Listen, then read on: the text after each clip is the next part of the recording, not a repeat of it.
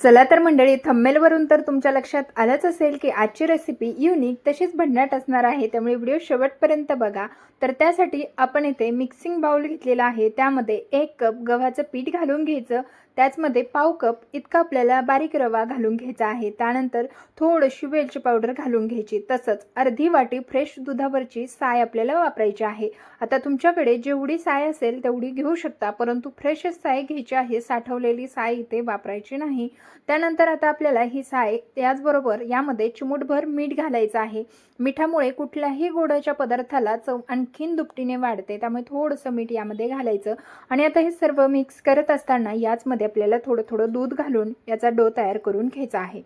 तर आता थोडंसं दूध सुरुवातीला घालायचं। काय होतं, गव्हाच्या पिठाच्या पटकन गुठळ्या होतात। जर जास्त प्रमाणात दूध घातलं तर गव्हाच्या पिठाच्या पटकन अशा गुठळ्या होतील आणि ते मोडण्यासाठी जास्तीचा वेळ लागतो। त्यामुळे सुरुवातीला थोडंसं दूध घालून आपण अशा पद्धतीने याला एकाच डायरेक्शनमध्ये फेटून घेतोय।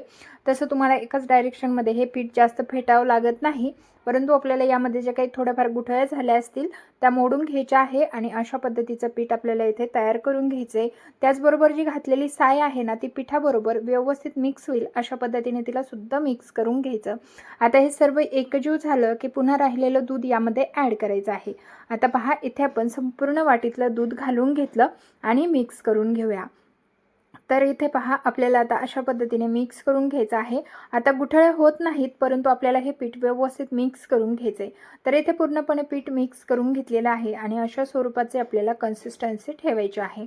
आणखीन यामधला रवा फुलल्यानंतर आणखीन याला दाटसरपणा येईल। याला थोडंसं दाटसर ठेवायचं आहे। खूप जर पातळ केलं तर ते तेलामध्ये टाकल्यानंतर व्यवस्थित आपला पदार्थ बनणार नाही, त्यामुळे त्याला थोडंसं घट्ट ठेवायचं आहे।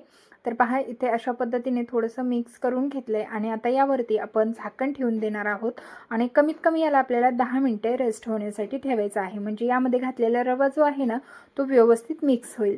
तर पुन्हा मी अर्धी वाटी दूध घेतलं होतं, त्यामधलं पाव वाटी इतकं दूध आपलं शिल्लक आहे, म्हणजे वरती थोडंसं दूध लागलं, नाहीतर 1 वाटी आपण दुधाचा इथे वापर केलेला आहे। त्यानंतर यावरती झाकण ठेवूया आणि 10 मिनिटे याला रेस्ट होण्यासाठी ठेवलं।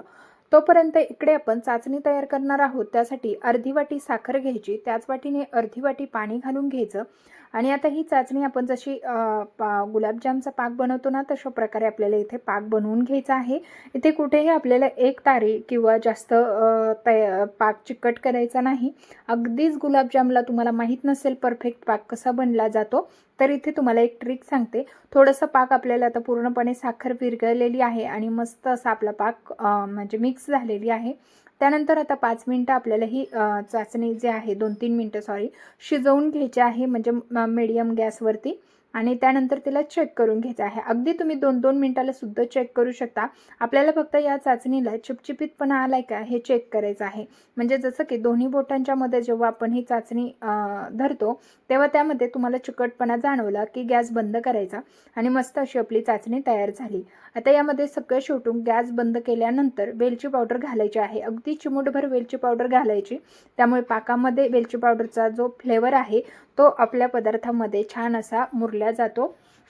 त्यामुळे पाकामध्ये सुद्धा थोडीशी वेलची पावडर आपण टाकून घेतली। त्यानंतर इकडे पहा, अशा पद्धतीचा कडा असलेला पॅन माझ्याकडे आहे। तुमच्याकडे जर पॅन नसेल तर तुम्ही इथे कढईचा वापर करू शकता।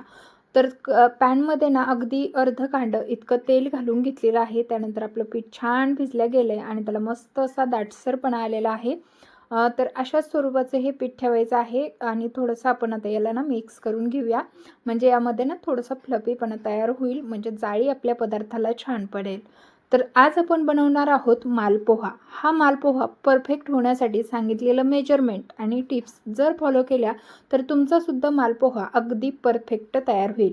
आता हा मालपोहा बनवायचा कसा, तर आपण इथे पसरट आणि कडा असलेला पॅन वापरतोय, जेणेकरून जास्त प्रमाणात मालपोहा आपण एक सोबत बनवू शकतो। परंतु तुमच्याकडे अशा पद्धतीचा नसेल तर मग मात्र तुम्हाला इथे म्हणजे हे वापरायचं आहे, जसं की कढई असते पसरट बुडाची कढई वापरायची, म्हणजे काय होतं की हा मालपोहा एक जागी जास्त जाड होणार नाही। तर पहा, इथे एक सोबत आपण 3-4 बनवू शकतो। इथे मी सुरुवातीला 3च मालपोहा टाकून घेतलेले आहे आणि आता मस्त असे हे आपल्याला दोन्ही साईडने व्यवस्थित असे भाजून किंवा तळून म्हणू शकता घ्यायचे आहे।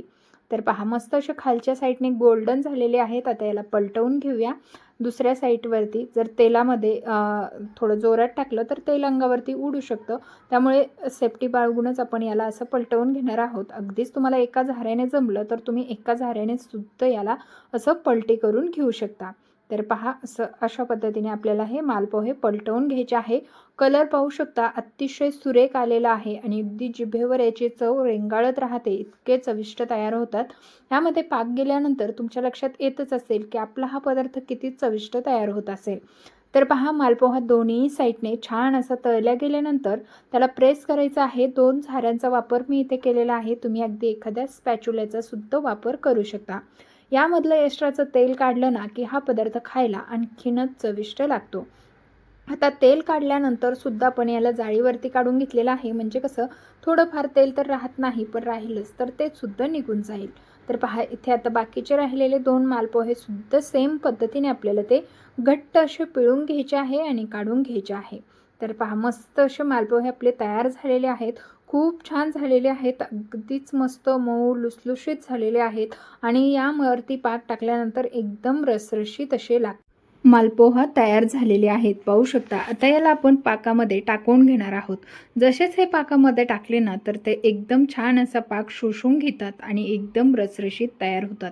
तर पहा, एका बॅचमध्ये आपले 3 मालपोहा तयार झालेले आहेत आणि इतकी सुंदर ही रसरशीत लागणारी ही स्वीट डिश ना तुम्ही एकदा खाल्ली ना तर ही डिश तुम्ही कमीत कमी जेव्हा कधी तुम्हाला गोड खावंसं वाटेल ना त्यावेळेला तुम्ही ही झटपट होणारी मालपोहाच बनवाल याची खात्री आहे, कारण ती चवीला इतकी अप्रतिम होते. तर पहा, इथे आपण पाकामध्ये बुडून लगेचच आपण याला काढून घेणार आहोत, कारण त्याला हवा तितका पाक ना ते अगदी काही सेकंदांमध्ये शोषून घेतात. तर मस्त असे आपले मालपोहा तयार झालेले आहेत. पाहू शकता. आता पहा, संपूर्ण मालपोहा आपण याच पद्धतीने तयार करून घेणार आहोत. याला तर पाहू शकता किती सुंदर अशी जाळी देखील पडलेली आहे. तुम्हाला जर जाळीचे मालपोहा हवे असेल ना तर फक्त थोडंसं मिश्रण पातळ करायचं आहे, पण जाळीच्या मालपोहापेक्षा ना हे असे मस्त रसरशीत मालपोहा छान लागतात. तर चला, संपूर्ण मालपोहा बनवून घेतले, पाकामध्ये बुडवून घेतले आणि मस्त रसरशीत आपले मालपोहा तयार झालेले आहेत. तर मंडळी, तुम्हाला आजची रेसिपी कशी वाटली ना मला कमेंट करून सांगायला विसरू नका. तसंच तुम्ही आपला आजचा हा व्हिडिओ कुठल्या शहरातून किंवा गावातून पाहिलं ते सुद्धा कमेंट करून कळवा. तर मस्त असे आपले मालपोहा तयार झाले. त्यावरती थोडासा पाक टाकून घेतला म्हणजे त्याचा रसरशीतपणा आणखीन वाढेल. आणि आतमध्ये पाहू शकता किती मस्त आणि जबरदस्त असे आपले मालपोहा तयार झालेले आहेत. तर पाहता क्षणी तोंडाला पाणी येईल आणि समोर पाहिल्यानंतर तुम्ही खाल्ल्याशिवाय राहणार नाहीत, इतका अफलातून हा पदार्थ आहे. तर तुम्हाला सांगितलेली पद्धत वापरून तुम्ही या पद्धतीने मालपोहा नक्की बनवून पहा. रेसिपी एकदम सोपी आणि सिंपल आहे. पहिल्या प्रयत्नात परफेक्ट अशी बनेल. तर रेसिपी कशी वाटली कमेंट करून सांगा. आवडल्यास लाईक, शेअर करा, सबस्क्राईब करा आणि बाजूच्या बेल आयकॉनला ऑन करा, म्हणजे अशा युनिक आणि इंटरेस्टिंग रेसिपीचे नोटिफिकेशन तुम्हाला न शोधता तुमच्यापर्यंत पोहोचतील. चला भेटूया अशाच नवीन आणि इंटरेस्टिंग रेसिपीसह. तोपर्यंत धन्यवाद.